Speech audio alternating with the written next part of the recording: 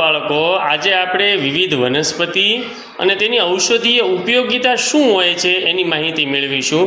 હસ્તીબેન, લોહીના ઊંચા દબાણના રોગની સારવારમાં કઈ ઔષધિ ઉપયોગી છે? સર્પગંધા. ચાલો જોડી દો. જો આપણે લોહીના ઊંચા દબાણ એટલે કે બ્લડ પ્રેશરનો પ્રોબ્લેમ હોય તો સર્પગંધા ઔષધિ તેની માટે રામબાણ ઇલાજ સ્વરૂપ થાય છે. સરસ. ચાલો બેન, આપણે જીવાણુ પ્રતિરોધક તરીકે કઈ ઔષધિ ઉપયોગી છે? લીમડો. ચાલો જોડી દો. આપણને તાવ આવ્યો હોય કે આપણા શરીરમાં અણશક્તિ હોય તો લીમડો છે એ જીવાણુ પ્રતિરોધક તરીકે ઉપયોગી છે. ખૂબ સરસ. પાયલબેન, શરદી, ઉધરસ અને તાવના રોગમાં કઈ ઔષધિ ઉપયોગી છે? તુલસી. સરસ.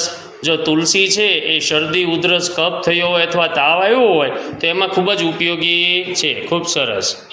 ચાલો વિભૂતિબેન, વાત અને કફના દોષોમાં શું ઉપયોગી છે? બિલ્લી. ખૂબ સરસ. જોડી દો.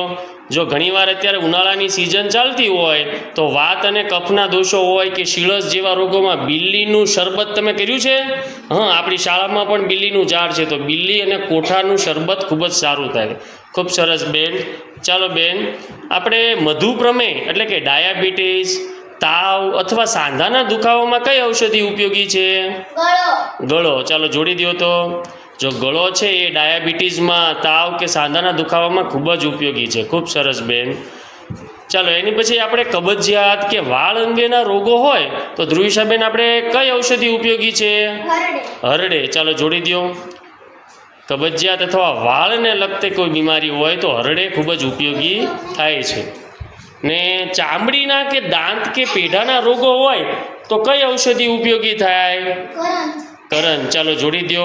તમને ખબર હોય તો પાયલબેન, કરંજનું દાંતણ પણ હજી આપણા ગામડામાં થતું હોય છે, કારણ કે એનાથી આપણા દાંત કે પેઢાના રોગોમાં અને ચામડીના રોગોમાં આપણને રાહત થાય છે.